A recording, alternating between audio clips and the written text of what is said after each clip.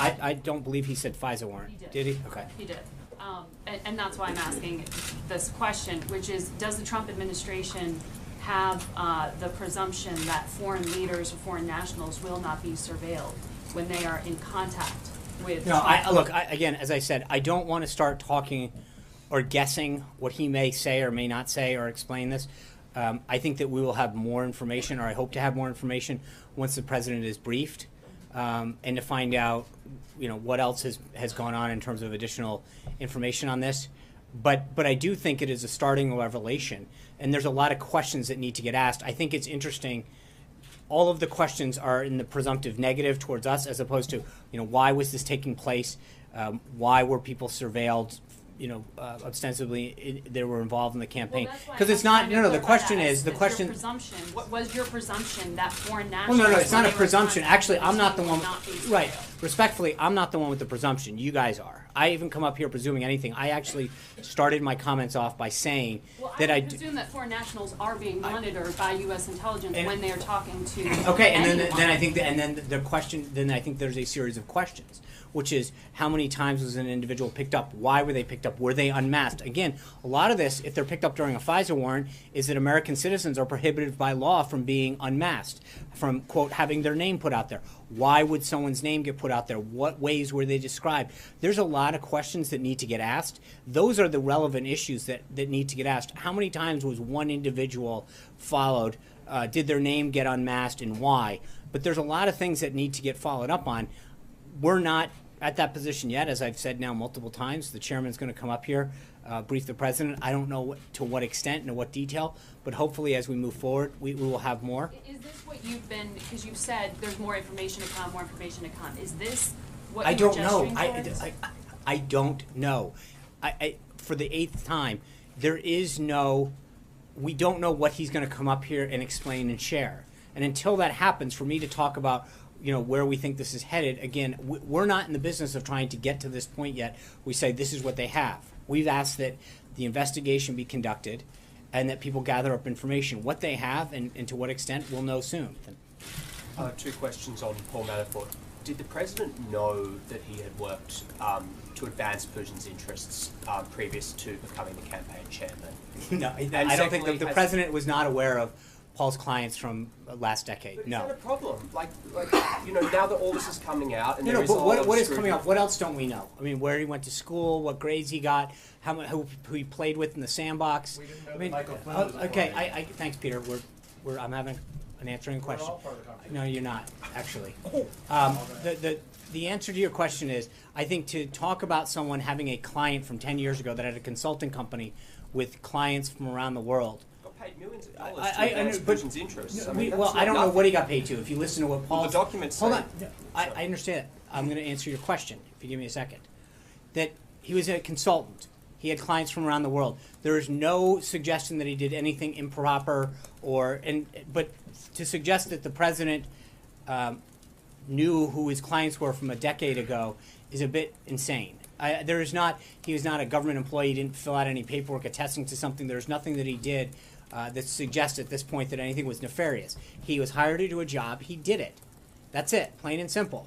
I'm just saying, given that it was such a focus, and you brought it up just then with Hillary Clinton, that these were corrupt arrangements, and the Clinton Foundation was described as a criminal enterprise, and there was all this discussion of Russia, and you've correctly brought up. There's a big difference between. There was dollars. Hold on. I'm not conflating the president. I'm just asking: is he disappointed now that he's found this out? That there was found out what, Jonathan? That he had a client for a lot of money. In the past decade. He had a client, and you're worried about what? That he held. I mean, he was doing work to advance. I don't know what work he was doing. So to suggest that just because he had a client in the past decade, that no one's suggesting was anything improper. He was hired to count delegates, which is what he did, and he was successful at it, as he had done for George Herbert Walker Bush, Gerald Ford, and Bob Dole. He was hired to do a job, and he did it fine.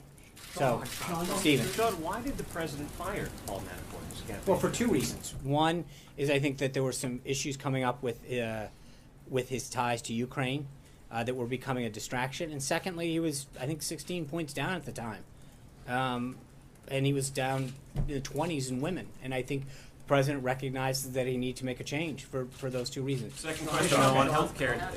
If, as confident and as optimistic as you are, if at this point tomorrow you don't have the magic number, should the speaker pull the bill from the floor? This is it. If you want to see Obamacare repealed and replaced, this is the vote. This is the time to act. This is what people have told the American people is going to happen. This vote needs to happen. If you're waiting for your chance, this is it. We need to act. Jonathan. Thank you, Sean. I felt that you were going to. Okay. Do you want to take a breath? Sure. Sean, would then candidate Donald Trump have hired Paul Manafort to such an important and prominent position in his campaign if he had known that he had had a $10 million contract with somebody so close to Vladimir Putin to, quote, greatly benefit the Putin government? If he had known that, would he have hired him? I don't know. I don't want to. Paul was hired, as I said, to count delegates. That's why he was brought in, as he had been for George W. Bush, Gerald Ford, Bob Dole. He did his job. That's what he's there for. And to run the campaign. He was chairman of the campaign. After Yeah. what, May 19th or something. But again, I'm not going And to run the convention. I mean, you'll acknowledge it was a very prominent role. Yes, yeah, but to as he had done for the other three, he had held very significant. Look, so again, you're basically saying, hey, the work that he did, he had a client a decade ago. Would he have? I don't know the answer to that. $10 million to promote the interests of Vladimir Putin. I don't. The answer to your question, I don't know. To look back right now and to say, if we knew now what we know then, would we have done things different? I don't know. That's a question that the president would have to weigh at the time. But he definitely didn't know.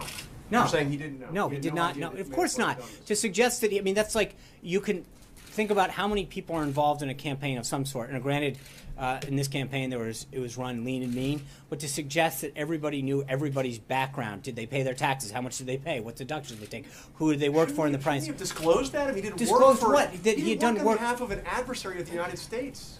Again, I'm not here to vouch for what he did or how. I don't know. But I'm just. The president I don't want to know, wouldn't he? Maybe not. I don't know what the circumstances were at the time, and I don't know what exactly worked. So for me to start to infer that what he did or did not do was anything improper is not appropriate at this time. I don't know what work he did. I know what he was hired to do, and he did his job. Shane. I want to ask about Paul Manafort here too. You're saying he wasn't. Are you saying he wasn't disappointed to learn in the last 24 hours? I don't know. I haven't asked the. Work for Vladimir Putin? I don't know. No, because again, you're. I don't know because the story that came out this morning said that he had this client. Paul's put out a statement that suggests this is what he did. This is how he handled it. You've all read the same. We have not spent a ton of time going to investigate what he did for that client a decade ago. Is the president disappointed to I learn that this really was have not once- discussed the president's with their. I know what he's made very clear. He hired him to do a job. He did the job well. He got him over the finish line. On August 19th, he was let go of the campaign for the reasons that I mentioned. Can you say if Paul Manafort played any role with the hiring of any people in the federal government after the election? Not to my knowledge at all. Credibility. Sean, if I can ask you about the conversation we've been having about Paul Manafort, but not specific to Paul Manafort. When Michael Flynn's name came up at the time, having not registered as a foreign agent, there was a lot of focus on the vetting process that goes into individuals. Back then you said, we trust people to fill out the appropriate forms that they need to.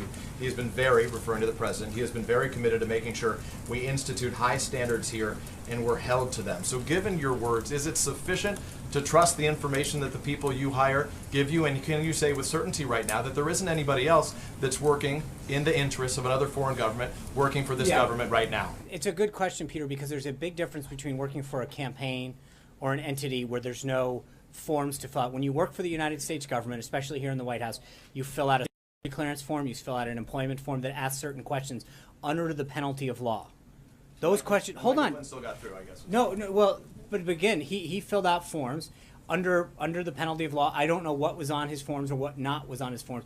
Remember, what the president let him go for was not being truthful to the vice president, not necessarily for what was on a form, which I do not know what he filled out or did not fill out. If somebody fills out a form here, an SF-86, their security clearance form, or another employment document, and lies on that form or misleads, then they're going to face the penalty of law on that. That's a big difference between saying when someone was hired on a campaign or another entity that they should disclose everything in their past, whether or not they, who their clients were, what But again, I mean, if someone presented a resume and it was faulty, sure, I think that if that was as you recall, there was another person during the transition that was named to a position that was discussed as not being truthful with some of their works. We let them go.